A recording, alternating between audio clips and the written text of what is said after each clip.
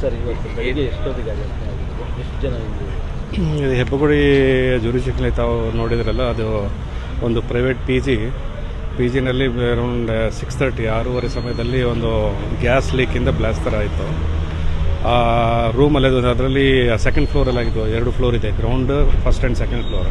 ಆ 2ನೇ ಮಾಡಿನಲ್ಲಿ ಏನೆಂದರೆ ಒಂದು 9 ರೂಮ್ಸ್ ಇದೆ. ಒಂದು ರೂಮಲ್ಲಿ ಹುಡುಗರು ವೆಸ್ಟ್ ಬೆಂಗಾಲಿಂದ ಬಂದು ಒಂದು 9 ಜನ ಹುಡುಗರು ಅದರಲ್ಲಿ ವಾಸ ಮಾಡ್ತಾಯಿದ್ರು. ಒಂದು ತಿಂಗಳಾಗಿದೆ ಇಲ್ಲಿ ಬಂದು ಕೆಲಸ ಮಾಡೋಕ್ಕೆ ಬಂದಿದ್ದಾರೆ. ನೈಟ್ ಊಟ ಮಾಡ್ಕೊಂಡು ಮಲಗಿದ ನಂತರ ಬೆಳಿಗ್ಗೆ ಕಿಚನಲ್ಲಿ ಗ್ಯಾಸ್ ಲೀಕ್ ಆಗಿ ಬೆಳಿಗ್ಗೆ 6:30 ಸಮಯದಲ್ಲಿ ಬ್ಲಾಸ್ಟ್ ಆಯ್ತದು ಸಿಲಿಂಡರ್. ಗ್ಯಾಸ್ ಲೀಕ್ ಆಗಿ ಇದು ನೋಡಿದರೆ ಸಿಲಿಂಡರ್ ಇಂಟ್ಯಾಕ್ಟ್ ಇದೆ, ಸಿಲಿಂಡರು ಬ್ಲಾಸ್ಟ್ ಆಗುತ್ತಾರೆ ಇದೆ, ಬಟ್ ಗ್ಯಾಸ್ ಲೀಕ್ ಆಗಿ ಆ ಪ್ರೆಷರಿಂದ ಎಲ್ಲ ಕಂಪ್ಲೀಟ್ ಸುಟ್ಕೊಂಡಾಗ ಈ 9 ಜನರಿಗೆ ಗಾಯಗಳಾಗಿದೆ. Complete body ಸುಟ್ಟೋಗಿದೆ. ಒಬ್ಬರದು 25% ಆಗಿದೆ, ಉಳಿದವರಲ್ಲದು ಒಂದು 60%ವರೆಗೂ ಗಾಯಗಳಾಗಿದ್ದಾವೆ. ಅದು ಗೊತ್ತಾದ ನಂತರ ಇಮಿಡಿಯೇಟ್ಲಿ ನಮ್ಮ ಹೆಬ್ಬಗುಡಿ ಪೊಲೀಸ್ ಮತ್ತು ನೈಟ್ ರೌಂಡಲ್ಲಿ ನಾವಿರೋ ನಮ್ಮ ಆಫೀಸರ್ ಇಮಿಡಿಯೇಟ್ಲಿ ಬಂದು ಅಟೆಂಡ್ ಮಾಡಿ ಅಲ್ಲಿಂದ ಈ ಖಾಸಗಿ ಹಾಸ್ಪಿಟಲ್ಗೆ ಶಿಫ್ಟ್ ಮಾಡಿದ್ದಾರೆ. ಒಬ್ಬರನ್ನು ಬೇರೆ ಕಡೆ ಮಾಡಿದ್ದಾರೆ. ಅವರಿಗೆ ಸ್ವಲ್ಪ ಕೈ ಫ್ರ್ಯಾಕ್ಚರ್ ಥರ ಇತ್ತು, ಕೆಳಗಡೆ ಬಿದ್ದು 8 ಜನರಿಗೆ ಈ ಹಾಸ್ಪಿಟಲಲ್ಲಿ ಜಾಯಿನ್ ಮಾಡಿ ಟ್ರೀಟ್ಮೆಂಟ್ ಆಗ್ತಾಯಿದೆ. ಈಗ ನಾವು ನೋಡಿದ್ವಿ ಮತ್ತು ಅವ್ರಿಗೆ ಮಾತಾಡಿದ್ದೀವಿ, ಡಾಕ್ಟ್ರಿಗೆ ಏನು ಹೇಳಿದ್ದಾರೆ, ಸ್ಟೇಬಲ್ ಇದೆ ಅಂತ ಹೇಳಿದ್ದಾರೆ, ಬಟ್ ಸ್ವಲ್ಪ ಜಾಸ್ತಿ ಗಾಯಗಳಾಗಿದ್ದಾವೆ, ಅದರಿಂದ ಟ್ರೀಟ್ಮೆಂಟ್ ನಡೀತಾ ಇದೆ. ಸರ್, ಆ ಪಿ ಜಿಯಲ್ಲಿ ಯಾವುದೇ ರೀತಿಯಾದಂಥ ಸರ್ ಒಂದೊಂದು ರೂಮಲ್ಲಿ 9 ಜನ ಏನು 9 ಬೆಡ್ಗಳು ಹಾಕ್ಕೊಂಡಿರೋವಂಥದ್ದು ಸರ್. ನಂತರ ಏನು ಅದು ರೂಮ್ ರೀತಿ ಇಲ್ಲ, ಏನು ಆ ರೂಮ್ಗಳು ನೀವು ನೋಡಿದರೆ ಇವಾಗ ಪಿ ಜಿನ, ಸೊ ಎಲ್ಲವೂ ಕೂಡ ವೈಲೇಷನ್ಸ್ ಸರ್. ಆ ರೀತಿ ಇದ್ದಾಗ ನೀವು ಈಗ ಪಿ ಜಿ ನೋಡಿದರೆ ಪಿ ಜಿನಲ್ಲಿ ಸಿಂಗಲ್ ಬೆಡ್ರೂಮ್ ಥರ ಮಾಡಿದ್ದಾರೆ. ಒಂದೊಂದು ಫ್ಲೋರಲ್ಲಿ, ಈ ಫ್ಲೋರಲ್ಲಿ ನೋಡಿದರೆ 9 ರೂಮ್ಸ್ ಇದ್ದಾವೆ. ಈಗ ಯಾವಾಗ ಎಲ್ಲಿ ಇನ್ಸಿಡೆಂಟ್ ಆಗಿದ್ದು ಆ ಲೈನಲ್ಲಿ 4 ರೂಮ್ಸ್ ಇದ್ದಾವೆ, ಅಪೋಸಿಟಲ್ಲಿ 5 ರೂಮ್ಸ್. ರೂಮ್ ಅಂದರೆ ಒಂದು ಸಿಂಗಲ್ ಬೆಡ್ರೂಮ್, ಒಂದು single bedroom, small kitchen, bathroom ಇರೋದು.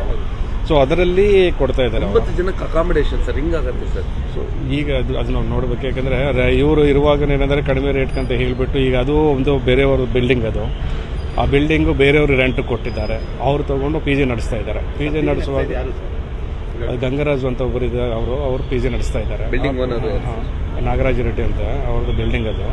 ಈಗ ಗಂಗರಾಜ್ ಅಂತ ಇವರು ಲೀಸಿಗೆ ತೊಗೊಂಡು ಅವ್ರು ಪಿ ಜಿ ನಡೆಸ್ತಾ ಇದ್ದಾರೆ.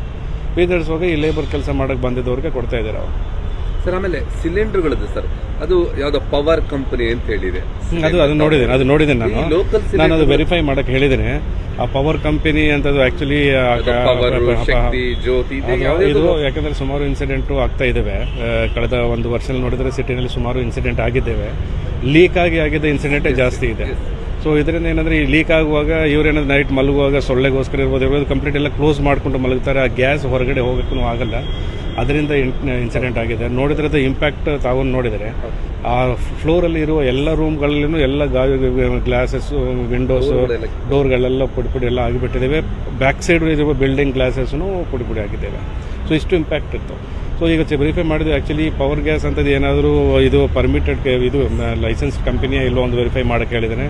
ಆ ಗ್ಯಾಸನ್ನು ಅಲ್ಲಿ ಪ್ರಾಪರಾಗಿ ತುಂಬಿ ಕೊಡ್ತಾ ಇದ್ದಾರಾ, ಯಾಕೆ ಲೀಕ್ ಆಗ್ತಾ ಇದೆ, ರೀಫಿಲ್ಲಿಂಗ್ ಥರ ಏನಾದರೂ ಮಾಡಿದೆ, ಎಲ್ಲ ಆ್ಯಂಗಲಲ್ಲಿ ನಾವು ವೆರಿಫೈ ಮಾಡ್ತಾ ಇದ್ದೀವಿ. ಸರ್, ಈ ಗ್ಯಾಸ್ ಕಂಪ್ನಿ ಅಂದರೆ ಗ್ಯಾಸ್ ಫಿಲ್ಲಿಂಗ್ ಇದೊಂದು ದೊಡ್ಡ ಏನು ದಂಧೆನೇ ಇದೆ ಸರ್. ಅದು ಡ್ರೈವ್ ಮಾಡಬೇಕಾ? ಯಾಕೆಂತಂದ್ರೆ ಸರ್, ಆ ಕ್ವಾಲಿಟಿ ಮೇಂಟೈನ್ ಮಾಡಿರಲ್ಲ, ಸಿಲಿಂಡರ್ಗಳು ಲೀಕ್ ಆಗತ್ತದು, ನಾವೆಲ್ಲ ಕ್ವಾಲಿಟಿ, 2 ಸಿಲಿಂಡರ್ ಕ್ವಾಲಿಟಿ ಮತ್ತು ಇದು ರೆಗ್ಯುಲೇಟರ್ ಕ್ವಾಲಿಟಿನೂ ತುಂಬ ಇಂಪಾರ್ಟೆಂಟ್.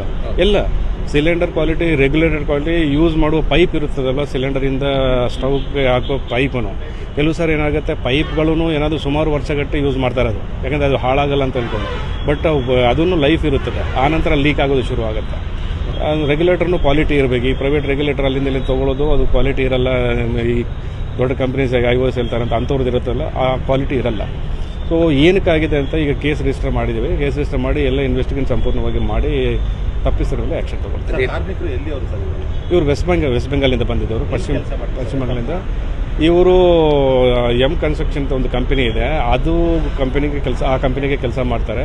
ಇವರು ಸ್ಪೆಷಲೈಸ್ಡ್ ಏನಂದರೆ ಈ ಪೈಪ್ ಲೈನಿಂಗ್ ಮಾಡ್ತಾರಂತ ಬಿಲ್ಡಿಂಗ್ಗಳಲ್ಲಿ, ಗ್ಯಾಸ್ ಪೈಪ್ ಲೈನಿಂಗ್, ಆ ಪೈಪ್ ಲೈನಿಂಗ್ನಲ್ಲಿ ಎಕ್ಸ್ಪರ್ಟ್ಸ್ ಇವರು. ಸೊ ಆ ಕೆಲಸ ಮಾಡೋಕ್ಕೆ ಅಲ್ಲಿಂದ 1 ತಿಂಗಳ ಮುಂಚೆನೇ ಬಂದಿದ್ದಾರೆ, ಇಲ್ಲಿ ಬಂದು ಕೆಲಸ ಮಾಡ್ತಾರೆ. ಈಗ ಪಿ ಜಿ ಮಾಲೀಕರ ಮೇಲೆ ಯಾವ ರೀತಿ ಕ್ರಮ ಜರುಗಿಸ್ತೀವಿ? ನಾವು ನೋಡ್ತೀವಿ ಪಿ ಜಿ ಮಾರ್ಕಲ್ ಫೇಲ್ಯೂರ್ ಏನಿದೆ, ಇವರು ಕೊಟ್ಟುವಾಗ ಏನು ಕಂಡೀಷನ್ಸ್ ಇದೆ, ಇವರು ಕೊಡುವಾಗ ತಾವು ಹೇಳಿದ್ರಲ್ಲ ಒಂದೇ ರೂಮಲ್ಲಿ 9 ಜನಕ್ಕೆ ಕೊಟ್ಟಿರೋದು, ಅದೆಲ್ಲ ವೆರಿಫೈ ಮಾಡ್ತೀವಿ. ವೆರಿಫೈ ಮಾಡಿ ತಪ್ಪಿಸ್ತಾರೆ ಮೇಲೆ ಆ್ಯಕ್ಷನ್ ತಗೊಳ್ತೀವಿ.